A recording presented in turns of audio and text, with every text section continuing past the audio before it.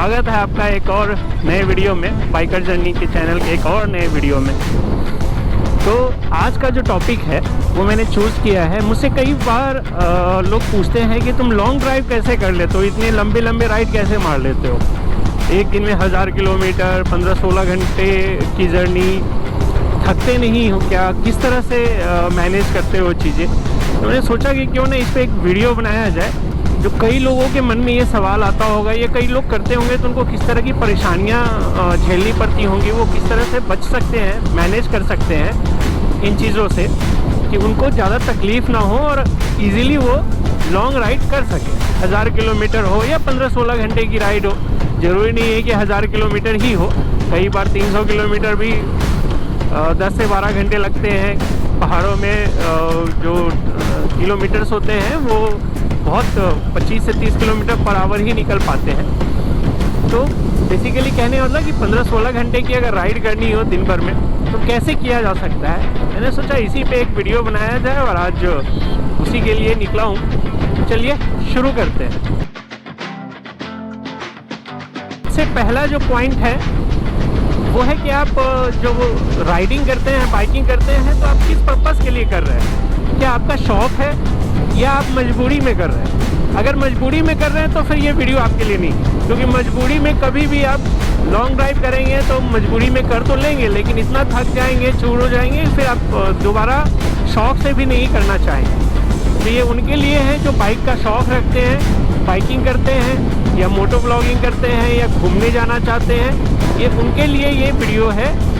तो मैं उन्हीं के हिसाब से ये पॉइंट वाइज समझाने की कोशिश करूँगा कैसे आप लॉन्ग ड्राइव, लॉन्ग बाइकिंग कर सकते हैं। तो अगला जो पॉइंट है मेरा वो है कि सबसे पहले तो आप जो भी चीज़ें राइड कर रहे हैं, बाइक में जो भी बाइक आप राइड कर रहे हैं, आप उससे प्यार कीजिए। अगर आपको पसंद नहीं है आपकी बाइक तो आप लॉन्ग राइड नहीं कर सकते। आप थक जाएंगे, आप सोचेंगे अरे यार मैंने कैसी बाइक ले ली है, क्या ड्राइव कर रहा हूँ मैं, परेशान हो गया हूँ मैं इससे। तो नहीं, मैंने बहुत सारी बाइकें राइड करी है। मैंने 200 सीसी की बाइक अपनी अपाचे थी वो करी है, मैंने R15 पे भी करी है लॉन्ग राइड, RS 200 पे करी है, होंडा हाइनेस पे करी है।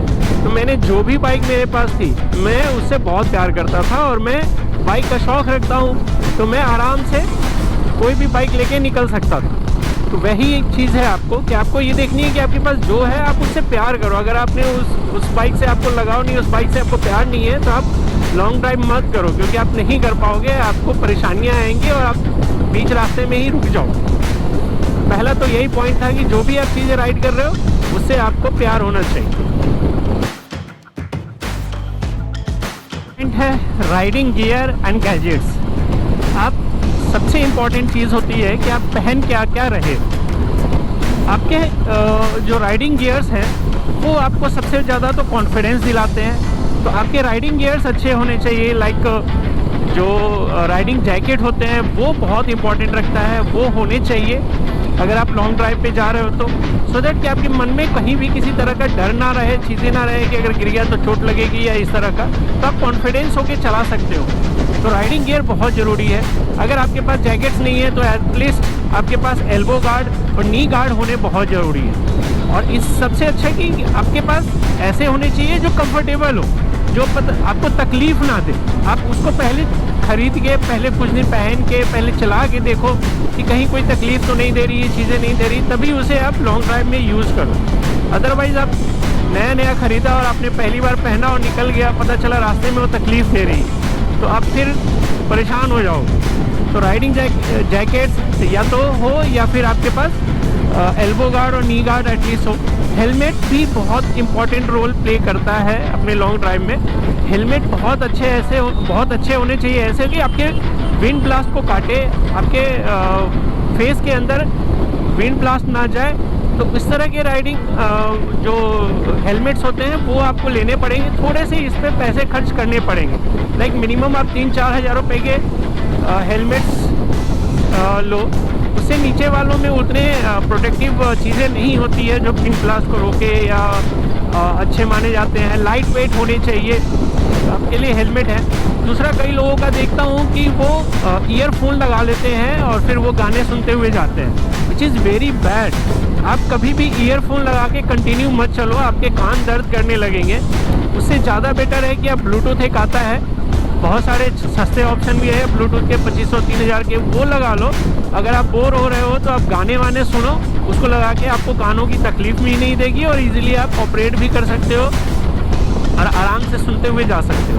तो इन चीज़ों का खासकर ध्यान देना जो पॉइंट 2 में हमने मेंशन किया है।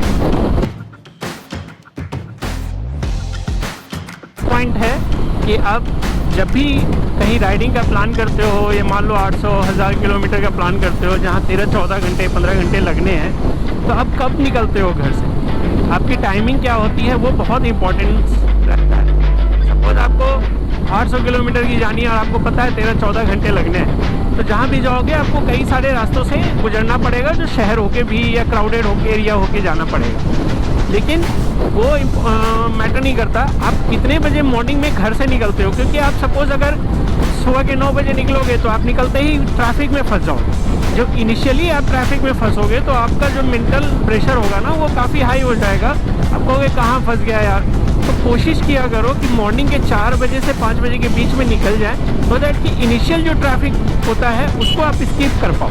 आपकी स्टार्टिंग अच्छी होगी तो लास्ट तक आप अच्छे जाओगे, अच्छे राइड करते रहोगे और लॉन्ग ड्राइव पे जा सकते हो। लेकिन अगर स्टार्टिंग में ही आप ट्रैफिक में फंस गए, स्टार्टिंग में ही आप परेशान हो गए, तो ट्रैफिक में सबसे ज़्यादा बॉडी थकती है, साथ ही साथ मेंटल भी प्रेशर बढ़ता है। देखो बॉडी थके उससे प्रॉब्लम नहीं होता है, आप मेंटली परेशान नहीं हो।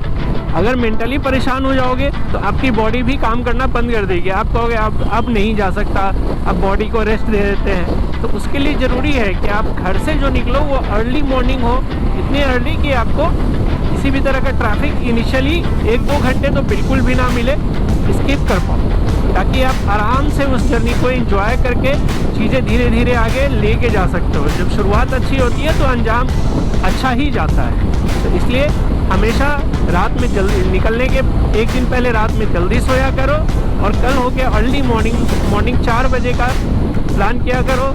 जितने भी आपके पैकिंग वैकिंग हैं सब एक दिन पहले हो जाने चाहिए। बाइक पे बांधने लायक सारी चीज़ें उस तरह से हो जानी चाहिए ताकि आप मॉर्निंग में निकलो, बाइक पे 2 मिनट 10 मिनट के अंदर में बांध लो और निकल लो। तो इस तरह से प्लानिंग करनी चाहिए इंसान।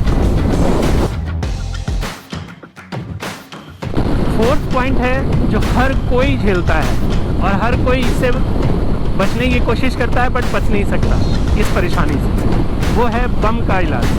आपकी जो सीट कुशनिंग है वो बहुत इंपॉर्टेंट रोल निभाता है। आपके सीट में कई बाइकों के सीट बहुत हार्ड होते हैं, कईयों के सॉफ्ट होते हैं, बट उसके बावजूद भी प्रॉब्लम होती है। तो इसके लिए एक मार्केट में जो ऑप्शन अवेलेबल है वो है एयर सीट, जो जिसमें हवा भरा हुआ रहता है। आप ग्रैंड पिस्टन के आते हैं उस तरह के एयर सीट, आप उसका इस्तेमाल कर सकते हैं, जो आप अपने साइज़ के अपने वेट के अकॉर्डिंगली उसमें हवा डाल सकते हैं और निकाल सकते हैं। तो इस तरह के सीट कुशनिंग का इस्तेमाल करें जो लॉन्ग ड्राइव में बहुत हेल्पफुल होते हैं। बिकॉज आप जब लंबा ड्राइव करते हो तो आपको एक सुर में आपको कम से कम एक बार में 200-250 किलोमीटर चलाने होते हैं।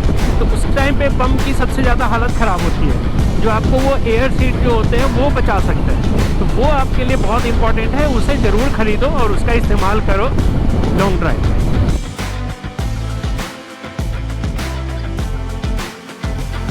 5वां जो पॉइंट है वो है कि आप जब बाइक ड्राइव करते हो तो किस स्पीड पे करते हो, क्योंकि आप जब बाइक हाईवे पे निकलते हो या एक्सप्रेसवे पे निकलते हो तो आपकी बाइक अगर हाई स्पीड पे है तो आपको विंड ब्लास्ट बहुत झेलना पड़ता है। पहली बात कि बाइक में आपके वाइज़र होने चाहिए। विंड ब्लास्ट को रोकने के लिए वाइज़र बहुत इंपॉर्टेंट रोल निभाता है, जो आपको हाईवे पे बहुत ज़रूरी है।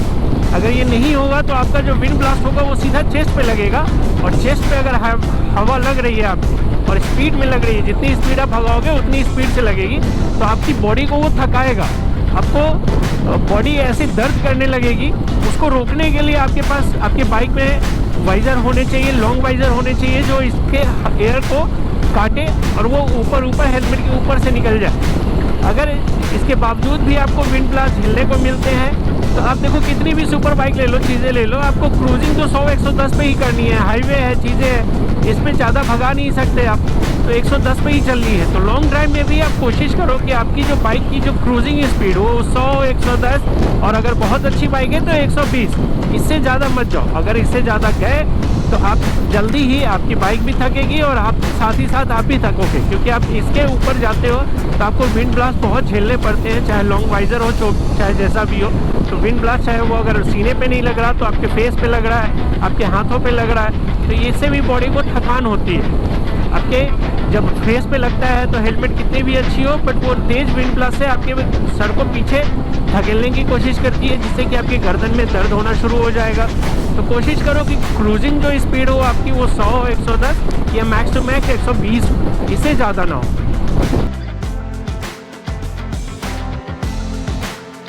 छठा जो पॉइंट है वो है बाइक की राइडिंग की प्रैक्टिस।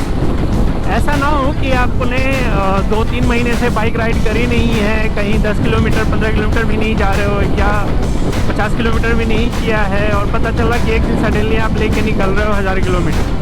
तो ये सबसे बहुत बड़ी प्रॉब्लम होगी, क्योंकि आपको अगर आदत नहीं है बाइक चलाने की और सडनली आप निकलोगे तो आपके हाथों में पैरों में ऐसे पेन होने शुरू हो जाएंगे 100-200 किलोमीटर के बाद कि आप उसके आगे की राइड कंप्लीट नहीं कर पाएंगे। तो उससे बचने के लिए बहुत ज़रूरी है कि आप कहीं भी जाने से पहले 1 हफ्ते पहले कम से कम हर रोज़ 40 किलोमीटर 50 किलोमीटर की राइड करके आ जाओ, सो दैट कि आप उस बाइक से हैबिचुअल हो जाओ, यूज टू हो जाओ। उसके बाद आप निकलोगे तो आपको कोई प्रॉब्लम नहीं आने वाली। तो कहते हैं ना कि किसी भी चीज़ के लिए परफेक्ट बनाने के लिए प्रैक्टिस बहुत ज़रूरी है। तो आप कुछ बाइकिंग की प्रैक्टिस आपकी होनी चाहिए पहले से। कहीं भी निकलने से पहले आप कोशिश करो 50 किलोमीटर 100 किलोमीटर, किसी दिन 150 किलोमीटर कर लिया, तो एक आपको यूज टू हो जाओगे उस बाइक से आराम से।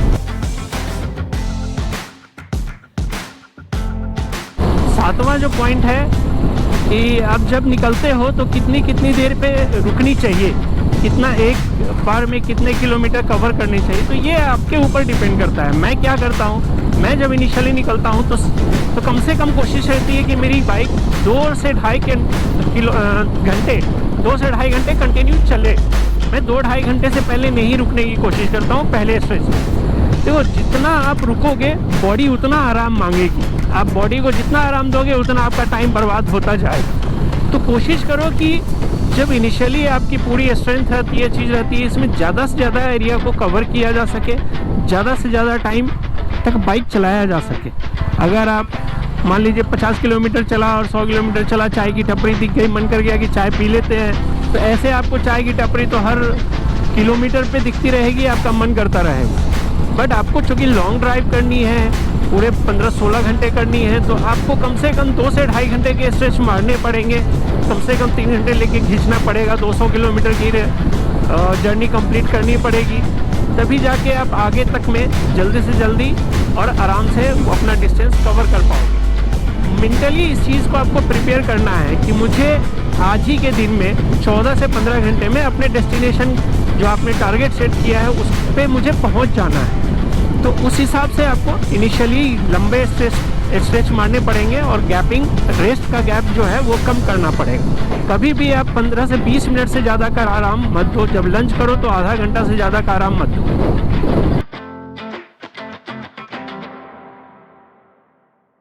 वह जो पॉइंट है वो है आपकी बाइक चाहे जो भी हो, उसमें एक चीज़ होना बहुत ज़रूरी है, क्रैश गार्ड। ये क्रैश गार्ड बहुत ही इम्पोर्टेंट रोल निभाता है आपके लॉन्ग ड्राइव। जब आपका पैर काफ़ी देर तक स्ट्रेट रखे मोड़े घुटनों में प्रॉब्लम होती है, दर्द करने लगता है, तो आपको थोड़े से पैर को सीधे करने होते हैं। मैं बैठ के दिखाता हूँ आपको कैसा लगता है, कैसे रिलैक्स कर सकते हैं उसमें।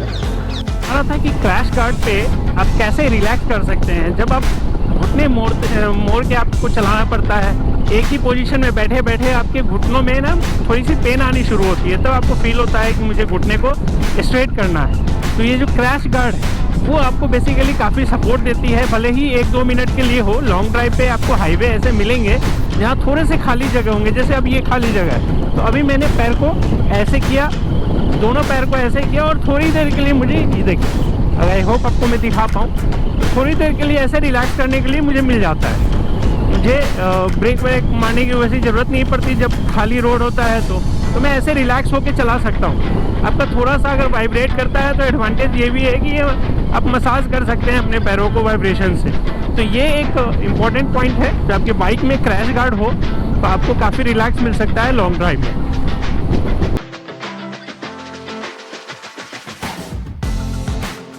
पॉइंट 10वां और आखिरी पॉइंट कह लीजिए, क्योंकि मेरे ख्याल से मैंने अभी तक जो भी ज़रूरी की चीज़ें थी वो कवर कर चुका था।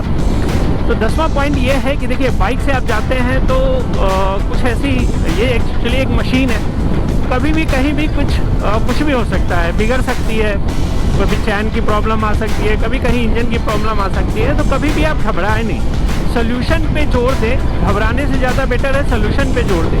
मैं पटना से पुरी गया था तो मेरा चैन टूट गया था, वो भी बीच जंगलों में। अब मेरा वहाँ 2-2.5 घंटा बर्बाद हुआ, बट मैं घबराया नहीं, आने जाने वालों से हेल्प मांगा और मुझे हेल्प मिली।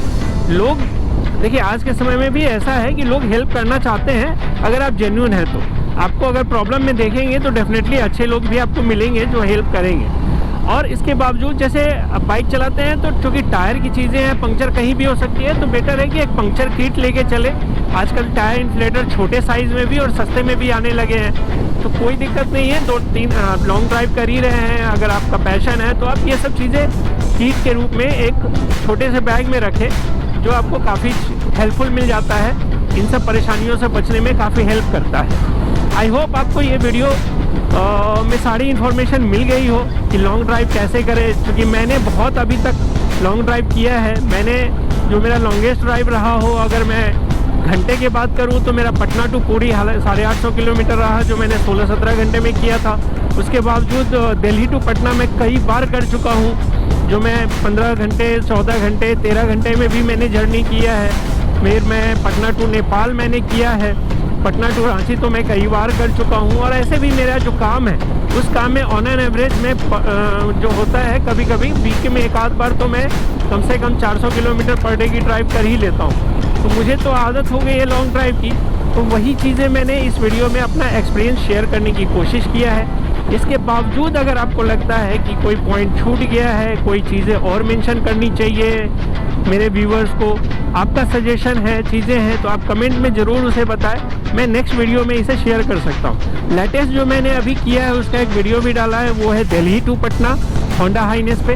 वो वीडियो भी जाके देखिए, मैं लिंक में भी शेयर कर दूँगा, वो उसका लिंक शेयर कर दूँगा कमेंट में। वो भी वीडियो देखिए कि मैंने कैसे किया है। बाकी जो भी कुछ ऐसा पॉइंट है, जो चीज़ें हैं, हो सकता है कि मेरे से भी छूट रहा हो, जो आप बता सकें, आप प्लीज़ ज़रूर शेयर कीजिए। बाकी आई होप ये वीडियो आपको अच्छा लगे। अगर अच्छा लगे तो लाइक एंड कमेंट ज़रूर कीजिए, सब्सक्राइब कीजिए अगर आप नए हैं मेरे चैनल पे, तो ताकि मैं नेक्स्ट वीडियो बनाऊं तो आप तक वो चीज़ें पहुंच जाए। चलिए फिर इस वीडियो का अंत यहीं करते हैं, मिलते हैं अगले वीडियो में। अगला वीडियो क्या होगा वो मैं डेफिनेटली 2 से 3 दिन में फिर नया वीडियो लेके आऊँगा, पता चल ही जाएगा आपको। तब तक के लिए take care, good day, bye bye.